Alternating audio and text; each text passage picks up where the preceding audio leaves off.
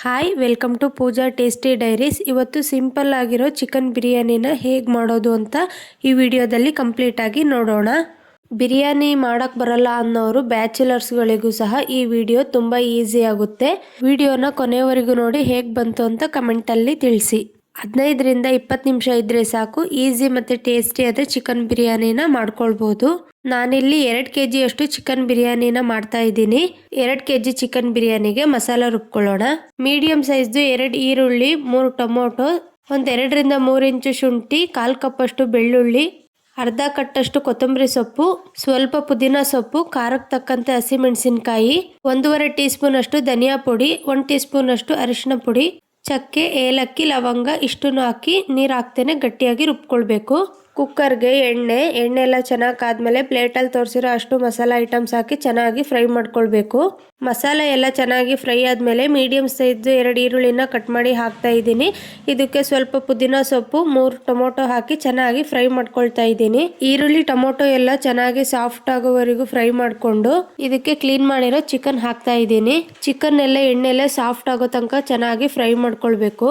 ಈ ಬಿರಿಯಾನಿ ಮಾಡುವಾಗ ಯಾವುದೇ ರೀತಿ ಮಸಾಲ ನಾನು ಹುರಿದು ಹಾಕ್ತಾ ಇಲ್ಲ, ಎಲ್ಲ ಹಸಿದನ್ನೇ ಹಾಕಿ ರುಬ್ಕೊಳ್ತಾ ಇದ್ದೀನಿ. ಚಿಕನ್ನ ಎಣ್ಣೆಯಲ್ಲೇ ಚೆನ್ನಾಗಿ ಫ್ರೈ ಮಾಡಿದ್ಮೇಲೆ 2 ಟೀ ಸ್ಪೂನ್ ಅಷ್ಟು ಉಪ್ಪು, 1 ಟೀ ಸ್ಪೂನ್ ಅಷ್ಟು ಖಾರದ ಪುಡಿ ಹಾಕಿ ಚೆನ್ನಾಗಿ ಮಿಕ್ಸ್ ಮಾಡ್ಕೊಳ್ತಾ ಇದ್ದೀನಿ.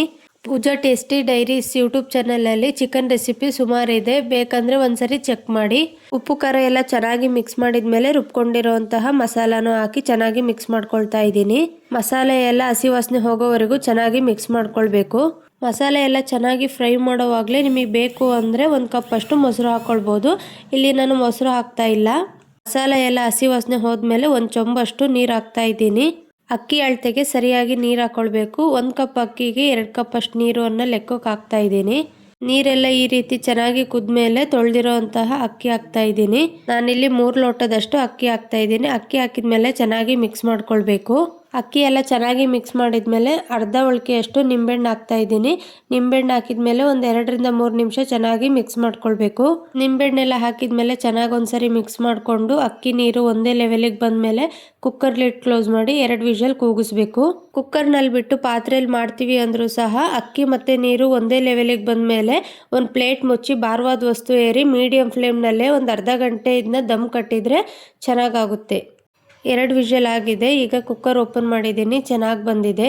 ಅನ್ನ ಎಲ್ಲ ಬಿಡಿ ಬಿಡಿಯಾಗಿ ಚೆನ್ನಾಗಿ ಬೆಂದಿದೆ. ಚಿಕನ್ನು ಸಹ ಸಾಫ್ಟಾಗಿ ಮತ್ತು ಜ್ಯೂಸಿಯಾಗಿ ಬೆಂದಿದೆ. ಐ ಹೋಪ್ ಈ ವಿಡಿಯೋ ನಿಮ್ಮೆಲ್ಲರಿಗೂ ತುಂಬಾ ಇಷ್ಟ ಆಗಿದೆ ಅಂತ ತಿಳ್ಕೊತೀನಿ. ಯಾರ್ಯಾರು ನನ್ನ ಯೂಟ್ಯೂಬ್ ಚಾನಲ್ನ ಸಬ್ಸ್ಕ್ರೈಬ್ ಮಾಡ್ಕೊಂಡಿಲ್ವೋ ಆದಷ್ಟು ಬೇಗ ಸಬ್ಸ್ಕ್ರೈಬ್ ಮಾಡ್ಕೊಳ್ಳಿ. ಲೈಕ್, ಶೇರ್ ಮತ್ತು ಕಮೆಂಟ್ ಮಾಡಿ. Thank you for watching.